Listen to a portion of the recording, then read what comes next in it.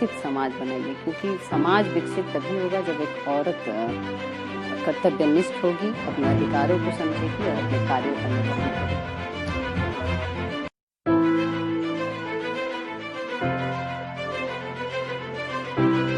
हम बताएंगे कि आपका परिचय क्या होगा, हमारे सबसे पहले दर्शकों को आप बता दें अपने बारे में। प्रियंका सिंह, प्रदेश महिला मोर्चा की मैं प्रदेश मंत्री बनाई गई हूँ और वर्तमान में मैं जिला परिषद की सदस्य हूँ। तो आपका जो इंट्रोडक्शन है उसको ध्यान में रखते हुए मैं आपसे ये पूछना चाहता हूँ कि जो ये रुचि है राजनीति में आपकी, जी, ये कैसे आई और बीजेपी ही खास करके? देखिए, राजनीति में आई मैं 2006 में। एनडीए की सरकार थी और माननीय मुख्यमंत्री और आदरणीय उप मुख्यमंत्री सुशील मोदी जी की जब सरकार थी और हम महिलाओं को 50% आरक्षण मिला, तो उसके फलस्वरूप हम जैसी महिलाएं राजनीति में आई, मैं स्वयं आई। और उसके बाद राजनीति करने का अगर विजन कहते हैं तो यह जरूर कहेंगे कि हम चाहते हैं कि महिला स्वावलंबी बने। और केवल 50% सरकार की मंशा को स्टैंप जैसा नहीं रखना था। मेरी इच्छा थी कि महिलाएं आगे निकलें, अपने काम को करें और अपनी एक अच्छी पहचान समाज को दें। तो अक्सर कहा जाता है कि अगर एक महिला शिक्षित होती है तो पूरा समाज शिक्षित होता है। हाँ, बिल्कुल। हाँ। तो मैं ये आपसे जानना चाहता हूँ कि आपकी शिक्षा दीक्षा कहाँ है? देखिए, हमने अर्थशास्त्र से एमए किया है, एलएलबी की पढ़ाई करी है और अभी वर्तमान में मैं पीएचडी कर रही हूँ अर्थशास्त्र से ही, जिसमें मेरा विषय भी है महिला सशक्तिकरण को आगे बढ़ाने के लिए रूरल डेवलप मतलब एरिया में हमारी सरकार ने ऐसा कौन सा ठोस कदम उठाया है जिससे महिलाओं को स्वावलंबी बनाया जा सके और अर्थशास्त्र में हमारे मतलब अर्थव्यवस्था में उसको बढ़ावा दे सके। हर आदमी के जीवन में, हर व्यक्ति के जीवन में एक इंस्पायरिंग मोमेंट। जी, तो आपके लाइफ में वो इंस्पायरिंग मोमेंट या वो कौन सी कहानी है जिसने आपको इस राजनीति में आने के लिए प्रेरित? सबसे पहले मैं फिर से नाम लेना चाहूँगी, जब एनडीए की सरकार थी 2006 में और माननीय मुख्यमंत्री और माननीय उप मुख्यमंत्री की सरकार थी और उन्होंने जो 50% आरक्षण दिया और उसके बाद कई जगह ऐसे कार्यक्रम में हम लोग गए जहाँ से जिस तरह का महिलाओं का या क्षेत्र में निकल के जो महिलाओं का मैंने ये देखा, तो मुझे लगा कि राजनीति में आगे आना चाहिए। जो 50% आरक्षण सरकार ने दिए हैं उसको फलीभूत करने के लिए कहीं ना कहीं हमें लगा कि हम जैसी महिलाओं को बिल्कुल राजनीति में आना चाहिए। आपकी नज़र से अगर बात करें, यानी एक महिला की नज़र से महिलाओं की समाज में क्या स्थिति है? देखिए, अभी भी सरकार या कोई भी क्षेत्र हर जगह महिलाओं को आगे करने की बात कर रही है, लेकिन सच्चाई है कि बहुत कम जगह पे इम्प्लीमेंट के तौर पे ये होता है। तो मैं इतना ज़रूर कहना चाहूँगी कि हर जगह अगर 50% या आधी आबादी की हमारी बात होती है तो हम अपने काम को समझें, हम अपने कर्तव्यों को समझें, उसके बाद ही ये सच में सरकार देश का सपना साकार हो सकता है और तब असल मायने में हमारा देश विकसित होगा। तो आप राजनीति में भी हैं और घर का काम भी देखना हो, तो कैसे सामंजस्य होता है इसमें? बिल्कुल, राजनीति में जितनी महिलाएं हैं, मैं कहना चाहूँगी खास करके भारतीय जनता पार्टी की जो हमारी वरीय नेत्रीगण हैं, अभी देखा होगा आपने लोकसभा की हमारी जो सांसद हैं, तो हम लोग तो बखूबी उनको देखते और ये करते हैं और हमेशा उनसे सीखने का प्रयास करते हैं।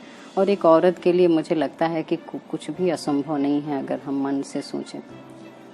अगर बातचीत चल रही है राजनीति गलियारों में कि आपको हो सकता है भारतीय जनता पार्टी से तरैया विधानसभा चुनाव लड़ने का मौका मिले, ये सियासी चर्चे हैं, तो अगर आपको मौका मिलता है तरैया विधानसभा से चुनाव लड़ने का और अगर आप विधायक बनती हैं, तो तरैया के लिए आपका क्या दृष्टिकोण है? तरैया में आप क्या विकास करना चाहेंगे? पहले भी अपनी बातों में कह चुकी हूँ इस आधी आबादी के बारे में। सबसे पहला काम, मैं अपनी आधी आबादी को स्वावलंबी बनाने की पूरी कोशिश करूँगी और जो नवयुवक हैं, मैं पूरी कोशिश करूँगी कि जितना हमारी जो भारतीय जनता पार्टी अगर मुझे मौका देती है, मैं चुनाव लड़ती हूँ, जीतती हूँ, तो मुझसे जितना बन पड़ेगा उनके रोजगार के अवसर को मैं तलाशूंगी और मैं हर संभव प्रयास करूंगी उसके लिए। शिक्षा के क्षेत्र में आप क्या सुधार लाना चाहते हैं? शिक्षा के क्षेत्र में इतना जरूर चाहेंगे कि जो नीचे के स्तर की शुरुआत है वहाँ कुछ कमियाँ दिखती हैं। हमें ये भी लगता है कि हमारे अंदर कहीं ना कहीं हमारे समाज में कॉन्शियसनेस की कमी है। तो उस जगह पे एक महिला होने के नाते भी मैं अपनी जो महिलाएं हैं, जो हमारे विधानसभा क्षेत्र की महिलाएं होंगी, मैं उनसे ज़रूर इतना निवेदन करना चाहूँगी कि अगर आप एक शिक्षित समाज घर से अपने बच्चे को सच में पढ़ाने के लिए भेजती हैं और उसको शिक्षित करती हैं तो इसका पूरा आपको फ़ायदा आपके समाज को ही मिलेगा। घर को और एक माँ को तो मिलता ही है, पूरा समाज विकसित होगा। इसके लिए मैं प्रेरित जरूर करूँगी। स्वास्थ्य जो है एक बहुत बड़ी समस्या है, एक बहुत बड़ा इश्यू है छपरा में, खास करके तरैया विधानसभा जो थोड़ा सा सुदूर इलाका है। तो स्वास्थ्य के क्षेत्र में तरैया विधानसभा में आपके पास कोई नहीं? अभी मैं आपको बताना चाहूँगी कि हमारे यहाँ स्वास्थ्य की सुविधाएं खराब नहीं हैं। देखिए, सारा कुछ विकास एक दिन नहीं होता है। जब से हमारी सरकार है, गठबंधन की सरकार है, वो काम कर रही है और आपको बताती हूँ पहले से काफ़ी सुधार हुए हैं और मैं पूरी उम्मीद करती हूँ कि हमारे जो स्वास्थ्य मंत्री हैं मंगल पांडे जी, उनके नेतृत्व में यह सुधार होते जाएगा, मुझे पूरा विश्वास है। बिहार में जो चुनाव होते हैं तो अक्सर उनमें मुद्दा बनता है, जाति का मुद्दा होता है और आप बीजेपी से अगर लड़ रही हैं तो बीजेपी पर हिंदुत्व का पोस्टर इम्पोज है पहले से।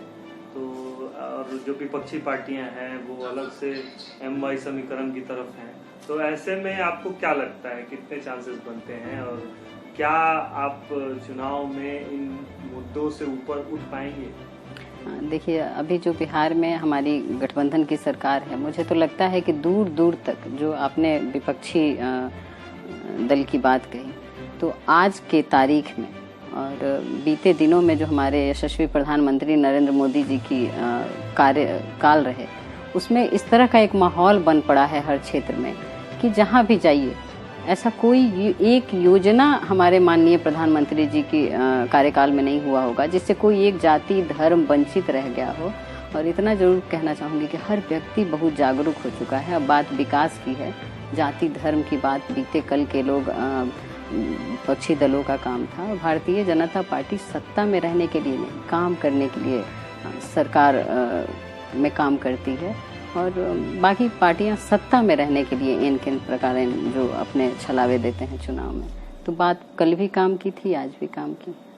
और बिहार में आपको लगता है कि ये मुद्दे नहीं हावी होंगे? नहीं, बिल्कुल नहीं होंगे। हम लोग तो घर के अंदर तक जाते हैं और एक महिला से बात करते हैं। हर व्यक्ति, मुझे तो लगता है 1.5 साल का बच्चा जो माँ और बाप कहना सीखता है वो भी मोदी जी को जान गया है। मुझे नहीं लगता है कि कहीं से कोई तो आप अगर चुनाव में जाते हैं तो मोदी जी और प्रदेश सरकार की योजनाओं और विकास के मुद्दे को लेकर जाएंगे? हाँ, बिल्कुल।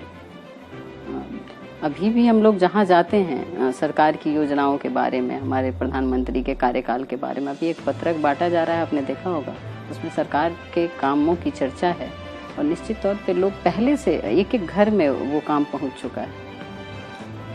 अब मैं आपसे जानना चाहूँगा कि एक महिला होने के नाते आपको कितनी कठिनाइयों का सामना करना पड़ता है राजनीति के क्षेत्र में? मुझे नहीं लगता है कि मुझे किसी तरह की कठिनाई का सामना करना पड़ता है। मैं सब कुछ बहुत अच्छे तरीके से कर सकती हूँ और मैं किसी पुरुष पर टिप्पणी नहीं करूँगी, लेकिन मैं उन पर भारी पड़ सकती हूँ।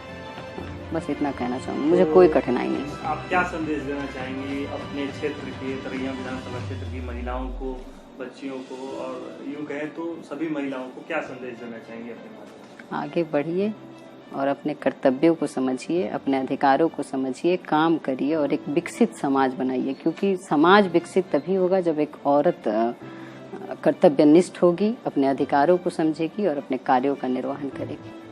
आशा करते हैं कि आपको तरैया विधानसभा से टिकट मिले, आप विधायक बने। हमसे बातचीत करने के लिए बहुत बहुत धन्यवाद।